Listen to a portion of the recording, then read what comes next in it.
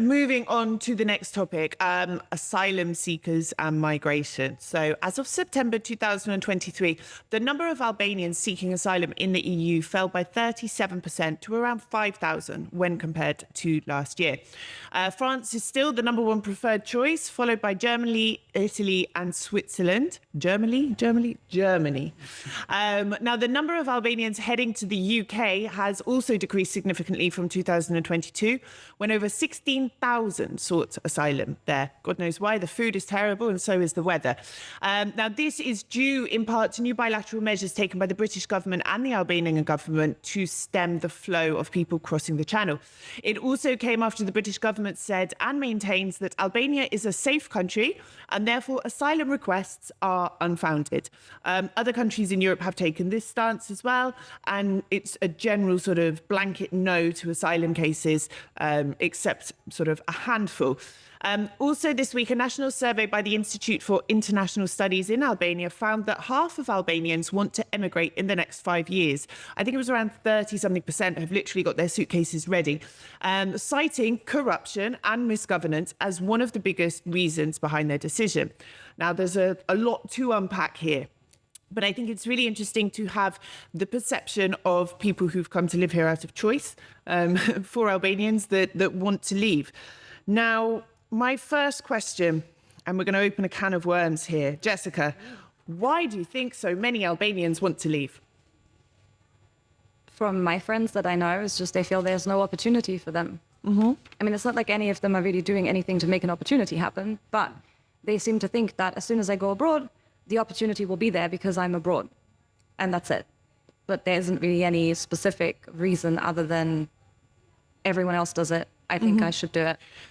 Do they think it's sort of, oh, in the UK, you know, you can get a minimum wage. I'm not sure what the minimum wage is in the UK at the moment. Let's say £1,500 or something. And they think, oh, I'm going to have £1,500 in my pocket. They don't understand the cost of living. I have done that math for people multiple times. Like, even I thought, okay, well, you know, maybe one day I could go back there. And then I'm like, well, now that I look at what everything costs and the way salaries have gone down and are significantly lower than for the same job in the US, for example, I'm like, it's not really worth it because you pay all that rent, you pay the food, you pay your electricity and gas and stuff, and then you're broke. Yes. And that's the life choice. But still, even after having that argument, and I've had that argument more times than I can count, the response is still at the end of the day, oh, well, it's still better than being here.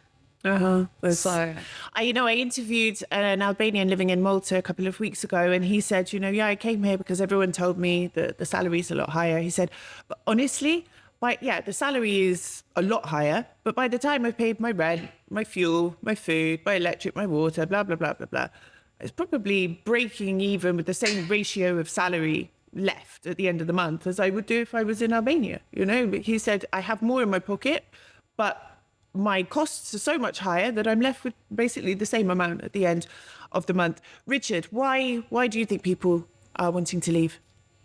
I think it's a grass is always greener on the other side type perception. And I've had exactly the same conversation with people. You sit and they go, and it's like they don't listen or they don't want to hear what you're saying. I'm like, go to the UK and you sit all day in this coffee shop procrastinating about what you're going to do and not doing anything here. But when you go to the UK, you're going to have to work a lot harder, and you're not going to be able to behave the way you do with bosses here, and you can't do the stuff you do in work there because the rules and regulations are way different. That's if you get a job, because you probably won't, and you're starting minimum wage, and then your housing costs are astronomical, and then you've got tax on this and tax on that and tax on the next thing. And when you go into the shops and you pick up your parmesan, that's the price for one, not per kilo. That's my wife had a near heart attack in Tesco's when we went last year. I remember seeing a loaf of bread in a bakery in London for £12. It's some like artisanal, So we have exactly the same example of that, a loaf of bread for £4.50 in a baker's. My wife having a near heart attack at it, but it goes off in a day as well. And they're not willing to accept the fact that yes, you might get a little bit higher salary, but in actual fact, you're not going to get it unless you've got friends and family. You're just not going to get a big salary because you're a foreigner and you're automatically discriminated against. I don't care how you put it, but it's discrimination against them. Yes. So you're going to be on the bottom rung of salary where the costs are way, way, way higher. You're going to have no money left. You're going to have a miserable existence in crappy weather, in a crappy house, in a crappy area, and people won't like you. Do you not think that it's easy for us to come here and say this? You know, you have a business, most of your clients are international. Our salaries are probably significantly higher than the people we're talking about. Do you not think that we have an element of privilege? It's all very well and good for us to come to Albania, live comfortably, and say, oh, the grass isn't greener, etc., and say, you should stay here, suck up the corruption and the €400 a month and get on with it. I started as a dishwasher when I was 14 on £2 an hour. And I worked every single time. I've worked all the time. I didn't just walk in and have a big salary and big money and lots of contacts and all these British. I worked. I've worked every single day of my life. I don't sit in a coffee shop all day and say, well, they get it, so I should get it. I've had conversations with close relatives of the family and friends of the family here who say, I will not work for 30, 35,000, 40,000. Like, I am better than that. And I answer, what experience do you have? It's irrelevant. I'm better than that. That's not an argument. I started need to work. 14, I started in the kitchen of a restaurant, washing dishes, then waitressing. You know, I don't even know how much I was earning. It was probably about $3.50 an hour, something like that. You know, I've done terrible jobs over the years in between other jobs, you know, trying to get where I am today. Because I do hear this, foreigner privilege, and we do have it. We have passport privilege as well. But what's your view on this in terms of our position? In the same way, I mean, I've been working in daycare for I don't know how many years, and anyone that's ever worked in daycare knows that you don't get paid anything for the amount of hours that you're having to do. Even if you have your own business, it can always happen that things go downhill. You know, you're not guaranteed, you know, nobody pays me a salary at the end of the month if I choose not to do any work or if I get sick or if I whatever. So I still have to put that work in. I still have to show up all the time. And it doesn't really matter where I do that. And I think, yeah, you have some foreigner privilege, you know, but the police are very nice.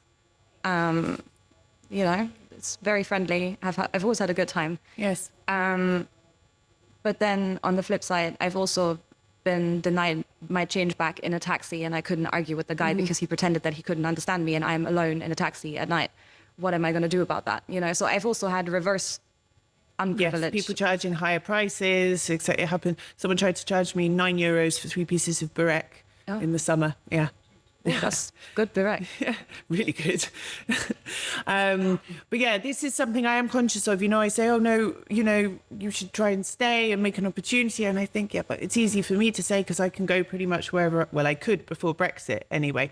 The last time I tried to go to Brussels, I got pulled aside for interrogation. It's like, I'm not going to seek asylum. It's not that bad, you know. But no, you're right. You know, we make the opportunities for yourself. Like I have done, like you have done. I left home at 16, nearly 17 years old. You know, the grass is not always greener on the other side. And I also want to say as well, while in England things may work a bit better, there may be less government corruption out in the open. You know, maybe there is a higher quality of life. But I always say to people, what about the crime rate? I've been mugged 3 times on the street at knife point. I've had my house broken into. You can't leave your kid out of eyesight for a split second, you know. The weather's terrible, the food's terrible.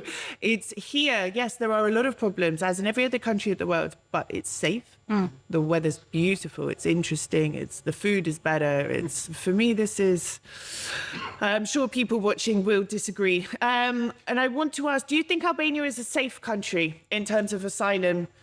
Because people are going saying political persecution, LGBT, they have problems with that, blood feuds, organised crime. Do you know of cases where maybe asylum is justified? Do you think it's fair to say Albania is a safe country? I think that in every country there will be a case for asylum to go somewhere else for everything. There will be some cases, but I think that Albania is a very safe country. I will give you a perfect example. My wife and I went to Glasgow. My wife at 5 p.m. said, I am terrified, can we please go back to the hotel? I don't like it here. It's in Glasgow. She was terrified of the street because of the way the people behave. There was too much drunkenness, there was too many people shouting. Admittedly, Glasgow's probably not the best example of place, but that's where I come from and where I grew up. And I didn't realise how bad it appears to people. I would be much happier for my wife to walk, although I wouldn't let her do it. Not let her, but I would be asking her to get a taxi or go and meet her. I would happily let her walk from the block all the way up to her house. And I would have no fear that anything was going to happen to her. Any time of any day of the night. There's nowhere I would... In Glasgow, I wouldn't let her walk 50 yards without me going there. Because I'd be scared for her. And it's not because I can't actually fight and do, I'm too big and skinny, but this country is much, much safer. There are obviously going to be instances that we don't know about and don't get exposed to, don't get exposed to. But in the same way, there'll be the same thing in the UK, there'll be in America, there'll be in Germany, in France. There's bad people in every country. But as a whole, I think this country is very safe. People are very I welcoming. think a lot of the criminals have left. Absolutely, yeah. They've gone and sought asylum somewhere. Yeah, it's a running joke in my family. Yeah.